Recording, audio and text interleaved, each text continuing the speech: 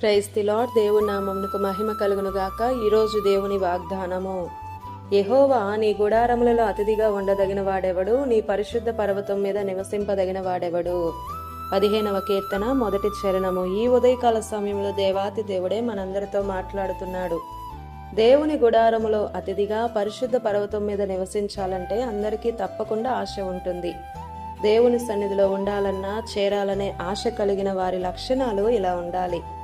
నీతిని అనుసరించి జీవిస్తారు, హృదయపూర్వకంగా నిజమే చెప్తారు, కష్టాలలో ఉన్న వారికి తప్పకుండా సహాయం చేస్తారు, పొరుగు వారికి అసలు కీడే చెయ్యరు, కొండెములు చెప్పరు, యథార్థ ప్రవర్తన కలిగి జీవిస్తారు, ఇతరులపై నింద మోపరు, దేవుని ప్రజలతో సహవాసాన్ని కొనసాగించాలి. దేవునికి నీవు ఇచ్చినటువంటి మాట ఎట్టి పరిస్థితుల్లోనూ తప్పకూడదు. దేవునికి అసహ్యమైనవి నీలో ఉండకూడదు. కష్టం వచ్చినను స్తుతించాలి దేవుణ్ణి, ఆనందమే కలిగినా స్తుతించాలి దేవుణ్ణి. ఆశ అందరికీ ఉంటుంది కదా ప్రియ సహోదరుడా, సహోదరి. ఆ ఆశ తీరాలి అంటే దేవుని సన్నిధి ప్రతి ఒక్కరికి కావాలి.